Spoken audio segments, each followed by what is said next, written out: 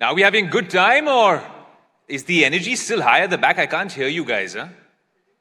Oh, we can. You guys are having a good time, and I promise you that we will be discussing some of the most imperative things if you are actually a Mumbaiker like me. Actually, someone from Delhi visited a couple of days ago and they said, honestly, the map of Mumbai has changed. A truly world-class city. And they say that you can judge a world-class city in the making. Culturally, we're already there, but in terms of infrastructure, when you judge it by its public transportation. And I conducted an experiment because here at Fortune India, we believe the proof is in the pudding. And I took the Mumbai Metro today from the Aqua Line from South Bombay right here to this venue. Seamless, high-tech, and I didn't break a sweat. So if I've given you a little bit of a hint in terms of how crucial that project is, how it's changed everything, and it continues to change everything as we speak, that's going to be a huge focus of our next fireside chat with a very special guest who will offer all of us valuable perspectives on Maharashtra's growth trajectory and how Mumbai's infrastructure is undergoing a massive transformation under her leadership. Can we have a huge round of applause for Ashwini Bhide, Principal Secretary to Maharashtra CM and MD, Mumbai Metro Rail Corporation. A huge round of applause. This session will be conducted by my colleague, V Keshavdev.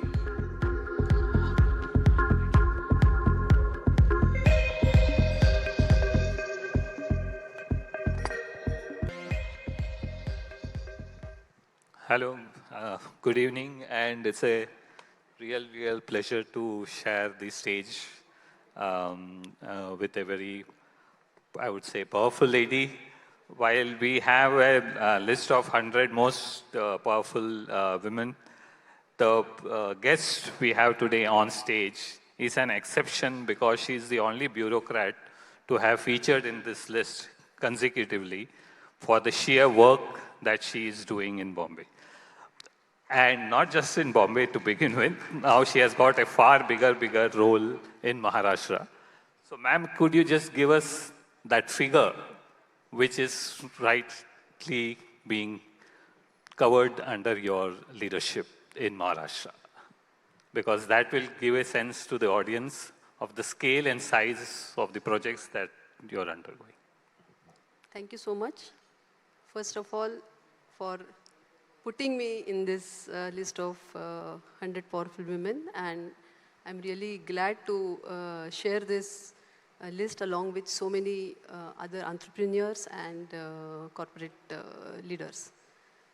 I think as Principal Secretary to the Chief Minister, I have been leading the Chief Minister's War Room, which basically tracks and monitors important mega projects which are happening all across the state, right from the transport project to energy transition, railway projects, water resource development projects. And currently about 25 to 30 projects we are tracking in a very professional way. And the investment expected in this project is to the tune of 5 lakh crore. If you include all water resources project, PSP projects. So that's what I have been doing now. Please remember, 5 lakh crore is the amount, and that's humongous. But there my role is basically to ensure that all these projects are on time. The hurdles which they go through, because these kinds of mega projects are very difficult to implement, and they have to go through a very rigorous kind of framework from start to finish. There are a lot of hurdles in terms of land availability, all kinds of clearances, financing. So my current job with the help of my team is to track all these projects continuously on a real-time basis, and these projects are spread out throughout the state. But here, I'm not a doer. I'm basically, I'm trying to get these projects implemented on time, but the implementing teams are, of course, different. They are scattered all over the state.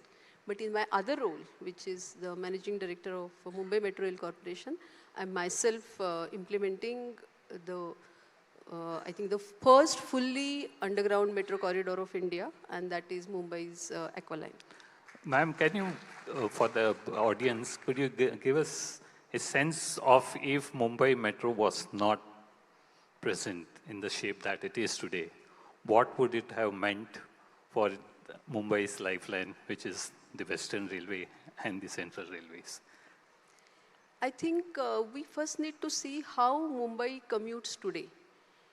About 8 million people travel daily on Mumbai's suburban network, which is spread across the entire Mumbai metropolitan region. And those many people depend on this suburban network for their daily commute, for their livelihood and other important tasks.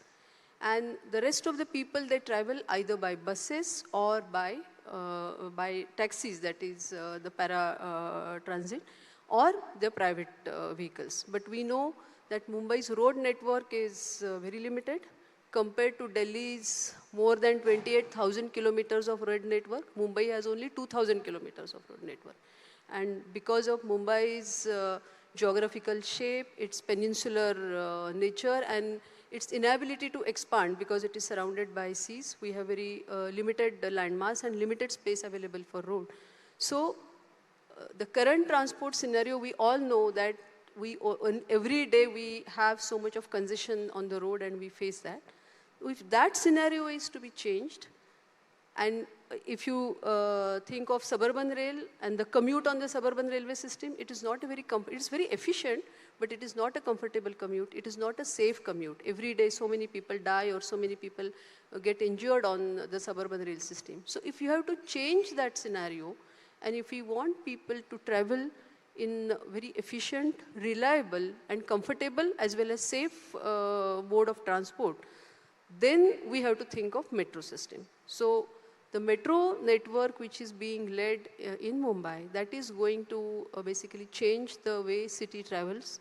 It is the rail-based public transport system which is going to provide additional capacity in Mumbai. As I said, today 8 million passengers travel on suburban rail. But once the entire metro network is completed, then we are going to double the capacity of the public transport. So almost 10 million people would be able to travel on this road. And suburban rail system would also be there. So you can imagine what kind of capacity we are creating. So the metro rail network has the potential to change the way the city travels. So that's Will what this kind of decongest the existing rail network systems in Mumbai, especially, if the metro is fully commissioned, the network? It would certainly. But in addition to metro system, because that is the public transport network, what happens in metro system is it basically, it can traverse through all those areas which today are not connected by rail-based public transport system. Because Mumbai suburban rail is at grade, it is on broad gauge, and it has certain limitations in going in other nooks and corners of the city. Because conventionally Mumbai has flourished, Mumbai's businesses and economic activity has flourished along these existing corridors.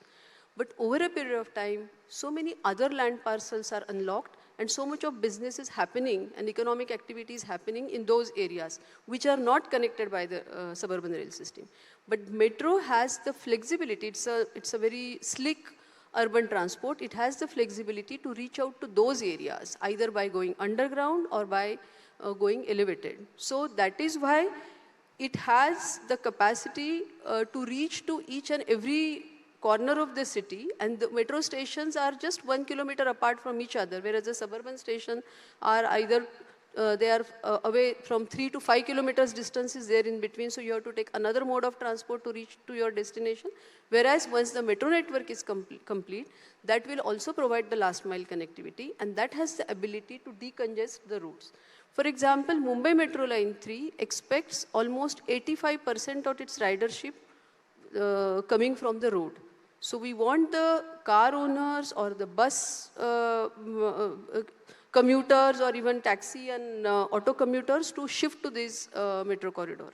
There are some lines which are parallel to existing suburban system where they will decongest the suburban system. So this is how the metro network is planned, but I am certain that once the entire network is completed and the network effect is achieved, then decongestion of Mumbai's road is absolutely inevitable. But in addition to that, we are also improving our road network in whatever way possible. What has happened, because of Mumbai's suburban system, the city is divided into east and west. And at times, connection between east and west is very difficult. And you have to take detours, and that is why the road gets congested. So Mumbai is also planning a lot of underground east-west road connectivity. There is a complete coastal ring road which is coming up, and all those, along with the expanded and enhanced metro network, that is bound to decongest the city's roads. Ma'am, can you give, for the kind of scale that we are envisaging the city is going to undergo, it's a once in a generation kind of an change in infrastructure. So the one big challenge has always been, and you have faced it yourself, is execution. Like you said, Yes. it is all about execution. But in the same, while executing the projects, you had to face challenges, right? And the targets you were made, but there were personal targets. You had to kind of, you even had been shunted from your position. Can you give us a sense of, how did you manage that phase of your career? Public transport projects are, in a way, any public project is, infrastructure project, I would say, is different than a private kind of private initiative, because it happens in a brownfield kind of environment where there are so many things happening. You have to keep the city moving, and still you have to make these interventions and build build this infrastructure. And that is the most challenging part of it. So these infrastructure projects need huge investments that you need to manage, and you have to ensure that once the project starts, it gets completed on time. And most of the times we know that projects get delayed because there are hundreds of things, hundreds of externalities which create a lot of hurdles in implementation of this project. So in a city like Mumbai, which is one of the densest cities in the world, which is the most congested, one of the most congested cities in the world, where land is a scarcity and there are too many claimants on land, and not a single piece of land is without encumbrance. In such city, when we have to do such huge intervention, it is very disruptive. And to manage that disruption, manage the expectations and aspirations of people, to ensure that the city also keeps running, and at the same time we build an underground structure, because in Mumbai Metro Line 3 we have built almost 56 kilometers of tunnel beneath city, below the most congested neighborhoods, and doing that is really, really tough. And while doing that, we have to take care of all regulatory aspects, because we are constantly under public watch, under public gaze, and even a small deviation and here and there, that gets challenged in the court. So while I was implementing Mumbai Metro Line 3, we have faced more than 100 litigations in all courts across the country. So you have to deal with that. And while doing that, you have to ensure that there are not many time and cost overruns. Certain things we can't avoid. Apart from that, as I said, the land parcels are not encumbrance free. So either there are legal tenants, there are owners, private lands, so you have to acquire them, you have to rehabilitate the legal tenants, but there are some lands which are encroached, where there are slums, either authorized or unauthorized, but you have to deal with them in the given legal framework. You can't just throw them out. So you have to rehabilitate them. When you say rehabilitation, it is not only the rehabilitation of residential tenements, but also of occupations, also the commercial tenements. So that takes a lot of time, and you can't forcefully do that. You have to build a consensus, you have to take people into confidence, you have to take representatives of people into confidence. So implementation challenges are humongous, and dealing with them, overcoming them, finding out the right kind of strategy to deal with them, and then still managing the project within the given timeline. That is the biggest challenge, I would say. And we have been dealing with that in almost every project which is being implemented in Mumbai. Ma'am, while you put it very articulately that, you have to be patient, but tell us a sense that how did you deal with the frustration? Because for the kind of opposition that you have faced, how did you kind of, cope up with that, both on a personal and a professional level? See, what I have learned, because I have been in urban infrastructure sectors now past more than 20 years, right from building the eastern freeway of Mumbai, the first metro, elevated road to airport, many flyovers, many rail overbridges in Mumbai since my MMRDA days. Still, I built this of course, along with my team, the underground Mumbai Metro Line 3 and the coastal road south. So there have been hundreds of different experiences where people opposed, but I could see that every project of this nature goes through a cycle. Initially, there is always opposition. Whenever the project is announced, project is declared, the opposition starts. There are two reasons. One, first, people are not aware of what exactly is happening.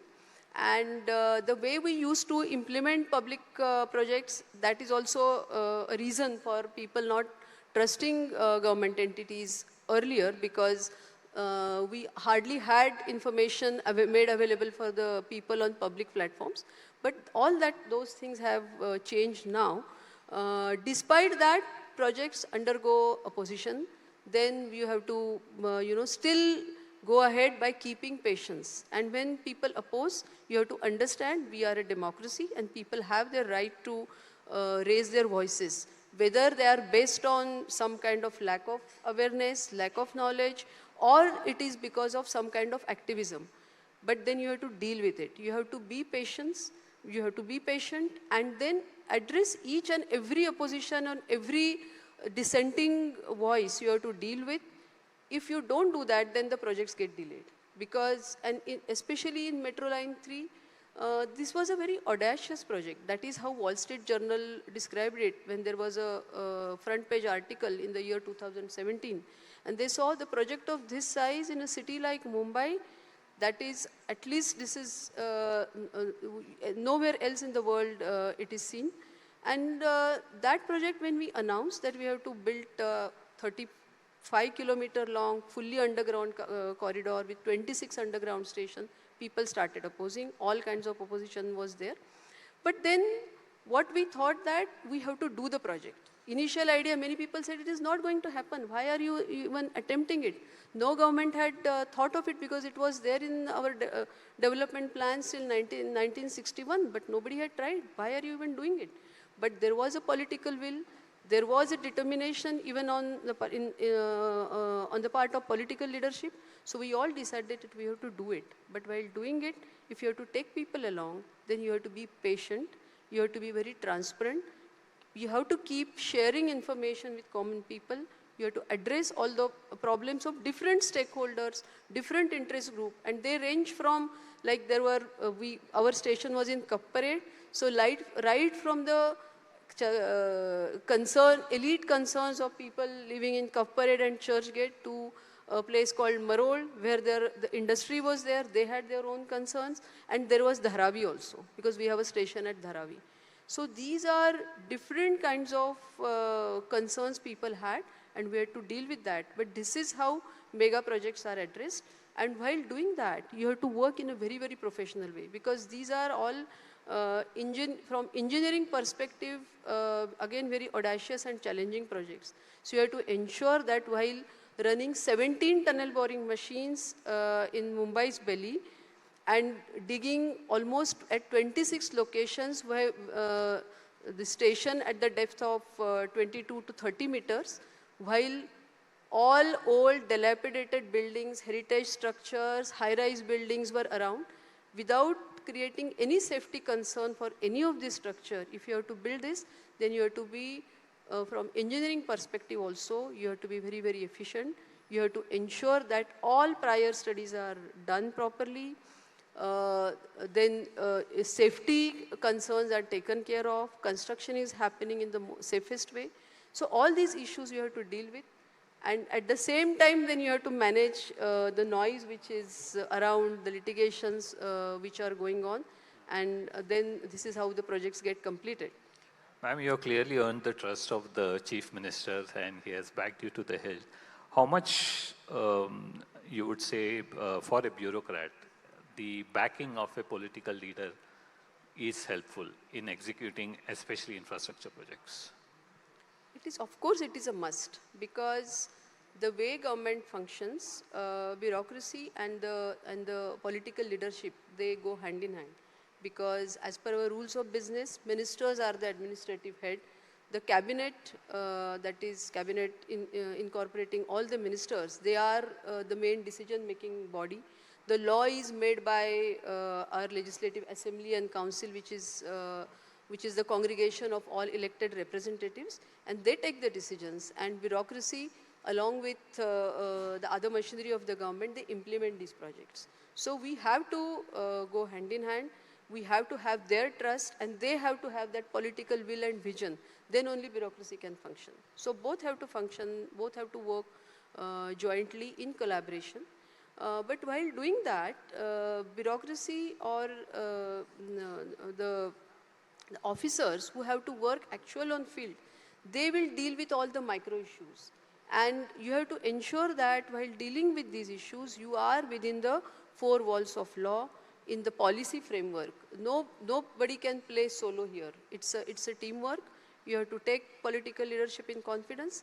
And when the political leadership is also visionary and determined to change the city, then for bureaucracy and the administrative structure, it is always easy to, take it forward. Can you articulate on the CM's vision that he has for Maharashtra? Because he's looking much beyond Mumbai, and he's talking of the state as part of the Viksit Bharat narrative. He wants to see Maharashtra as one of the engines of growth. What are the big projects that's going to be transformational for the state in the coming years? I think if you think of our current Chief Minister and the government, they have always been giving a lot of emphasis on infrastructure projects, and there is a vision for each and every sector. So whatever projects which were planned in his earlier tenure, that is from 2014 to 2019, all those projects you can see them getting completed now. Be it Atal Setu, be it underground metro project, be it Coastal Road South, be it New Mumbai Airport, all these projects, they are getting completed. So in the first tenure, there was emphasis on expanding the physical infrastructure in terms of the transport infrastructure, the road connectivity, but other sectors, like for example, energy transition. A lot of things are happening on energy transition. Today, roughly 12 to 17% of our energy comes from renewable sources. In another 10 years, we want to go up to 50%. So our Prime Minister's net zero policy by 2070, Maharashtra is going to be a major contributor to that. Apart from that, when at national level we have the vision of $5 trillion economy, Maharashtra will be contributing majorly to this economy by being the contributor of $1 trillion. So our Chief Minister and the government has that vision, and each and every sector we are trying to make a change, bring a big impact. Right now, Maharashtra government is in the process of preparing its vision document, which goes along with Vikasit Bharat. So that vision document is for 2047. But at the same time, we have a nearer vision of 2030, then 2035 when Maharashtra becomes 75 years. There are about 16 sectors which we have identified, which include infrastructure, industry, technology, social sectors, welfare, education, health. All these sectors are incorporated. We are working on it, and this vision document is being made in the most inclusive manner. So we have already launched a citizen survey, and so we are getting feedback from citizens as well. What are their aspirations for the state? And at the same time, all our government departments, along with various experts from within and without, with many expert agencies and institutions involved in this whole process, we are preparing this vision document.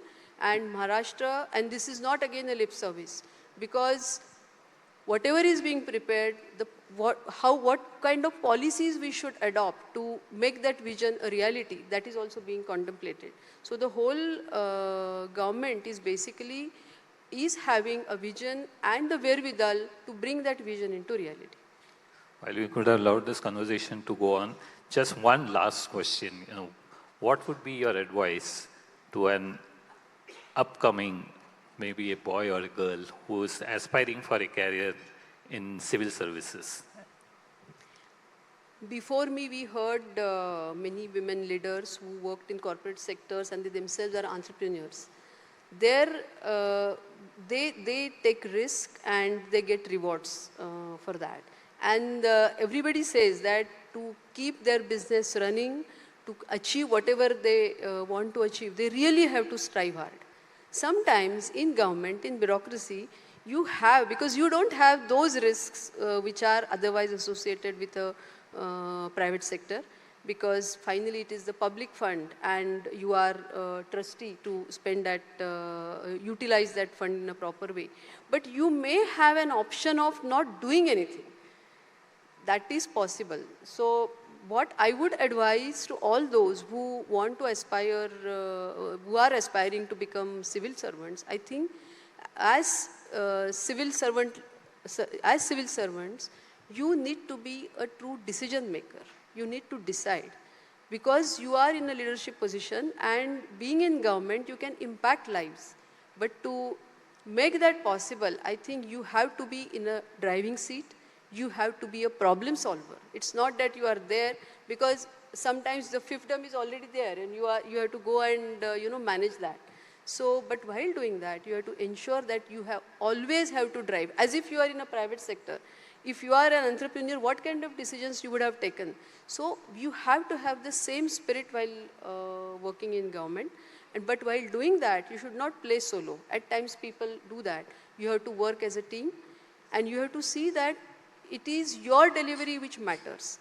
So finally, whatever may the legislative assembly, the parliament, elected leader would decide, but that vision will come to reality only when the government functions on actual ground. And if you have to do that, those who are in leadership position will have to be very, very proactive and great decision makers. That kind of risk they will have to take. Then only the rewards will be there in form of good governance. Thank you, ma'am, for that inspiring insight. Thank you.